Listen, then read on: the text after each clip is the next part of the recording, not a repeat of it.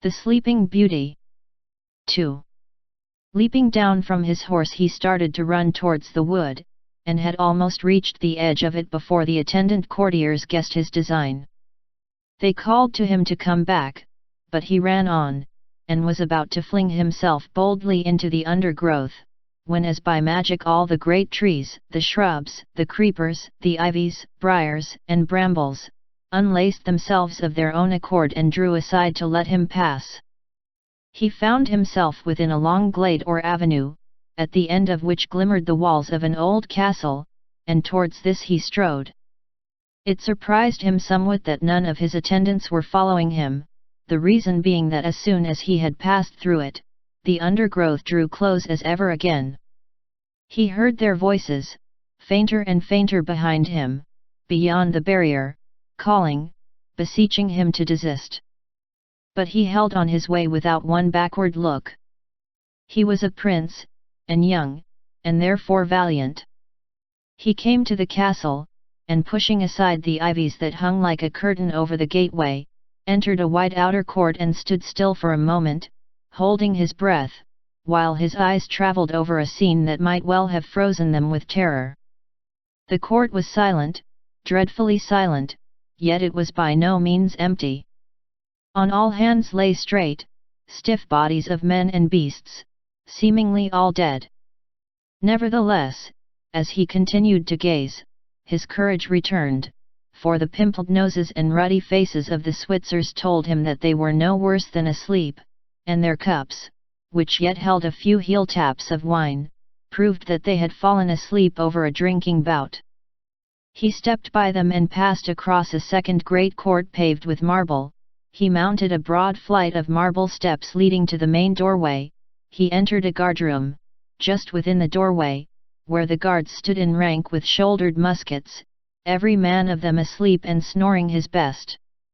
He made his way through a number of rooms filled with ladies and gentlemen, some standing, others sitting, but all asleep.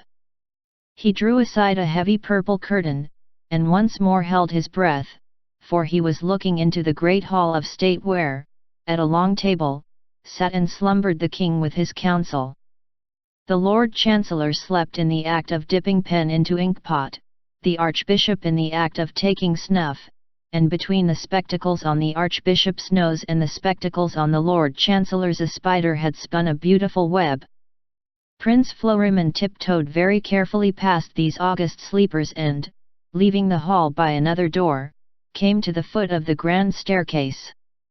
Up this, too, he went, wandered along a corridor to his right, and, stopping by hazard at one of the many doors, opened it and looked into a bathroom lined with mirrors and having in its midst, sunk in the floor, a huge round basin of whitest porcelain wherein a spring of water bubbled deliciously. 3 steps led down to the bath, and at the head of them stood a couch, with towels and court suit laid ready, exquisitely embroidered and complete to the daintiest of lace ruffles and the most delicate of body linen. Then the prince bethought him that he had ridden far before ever coming to the wood, and the mirrors told him that he was also somewhat travel-stained from his passage through it. So, having by this time learnt to accept any new wonder without question, he undressed himself and took a bath, which he thoroughly enjoyed. Nor was he altogether astonished, when he tried on the clothes, to find that they fitted him perfectly. Even the rosette shoes of satin might have been made to his measure.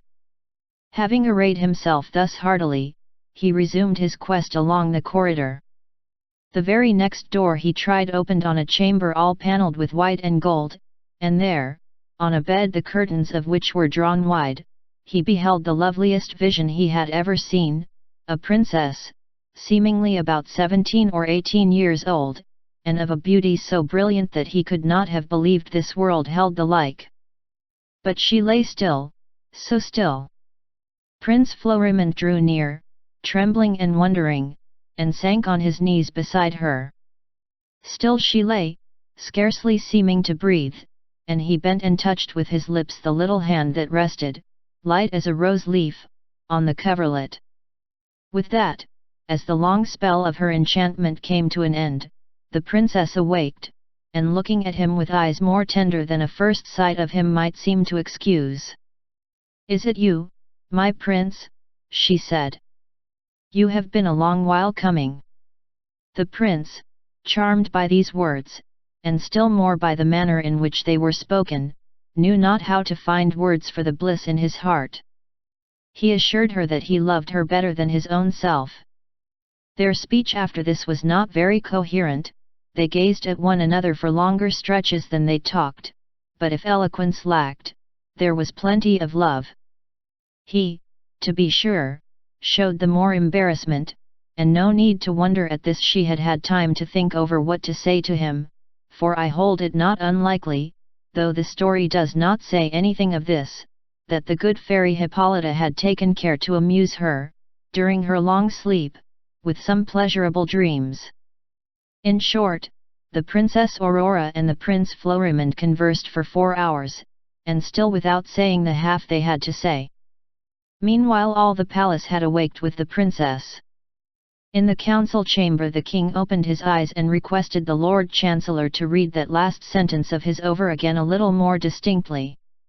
The Lord Chancellor, dipping his quill into the dry ink pot, asked the Archbishop in a whisper how many Ts there were in regrettable. The Archbishop, taking a pinch of snuff that had long ago turned to dust, answered with a terrific sneeze, which again was drowned by the striking of all the clocks in the palace, as they started frantically to make up for lost time.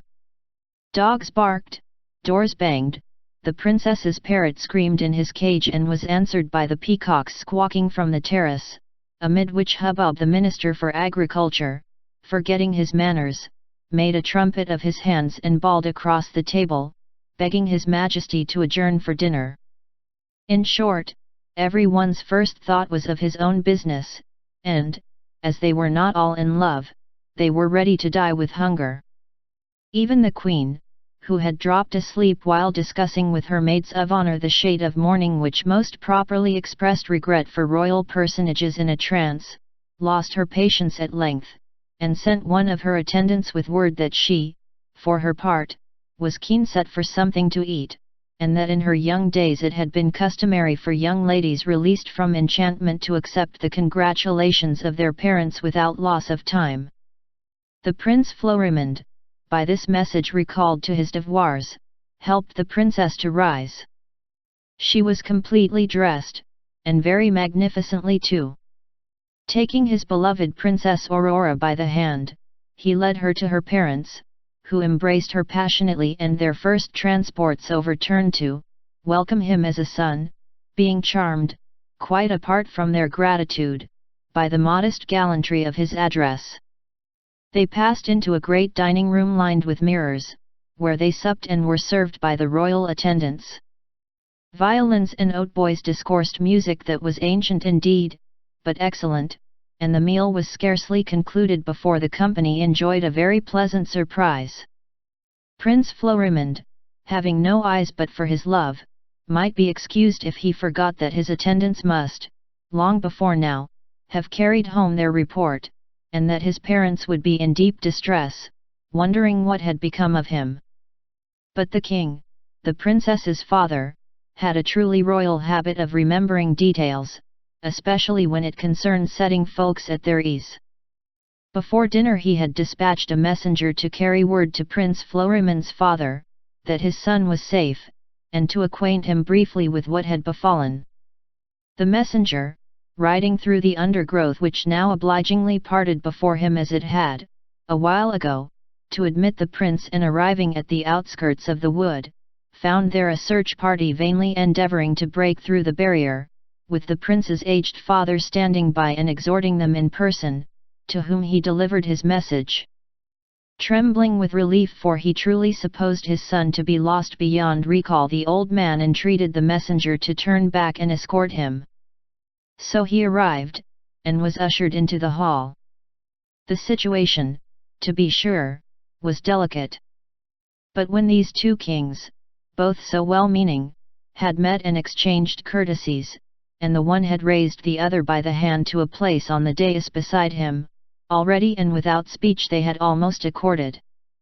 "I am an old man," said the prince's father, I have reigned long enough for my satisfaction, and now care for little in life but to see my son happy. I think I can promise you that, said the princess's father, smiling, with a glance at the two lovers. I am old enough, at any rate, to have done with ambitions, said the one. And I, said the other, have dreamed long enough, at any rate, to despise them. What matters ruling to either of us two, while we see your son and my daughter reigning together? So it was agreed, then and there, and after supper, without loss of time, the archbishop married the Prince Florimond and the Princess Aurora in the chapel of the castle. The two kings and the princess's mother saw them to their chamber, and the first maid of honor drew the curtain. They slept little. The princess had no occasion, but the prince next morning led his bride back to the city, where they were acclaimed by the populace and lived happy ever after, reigning in prosperity and honor. Moral. Ye maids, to await some while a lover fond, rich titled, debonair as Florimond, is reason, and who learns on fate to attend, goes seldom unrewarded in the end. What? No one kiss us for 100 years. There, la la la. I understood, my dears. Another. Further, the story would suggest a doubt. That marriage may be happiest when deferred. Deferred, you cry deferred, I see you pout. We'll skip this morale and attempt a third. Another. Thirdly, our able then appears to prove. Disparity of years no bar to love. Crabbed age and youth, but that's an ancient quarrel. And I'll not interfere. There's no third moral.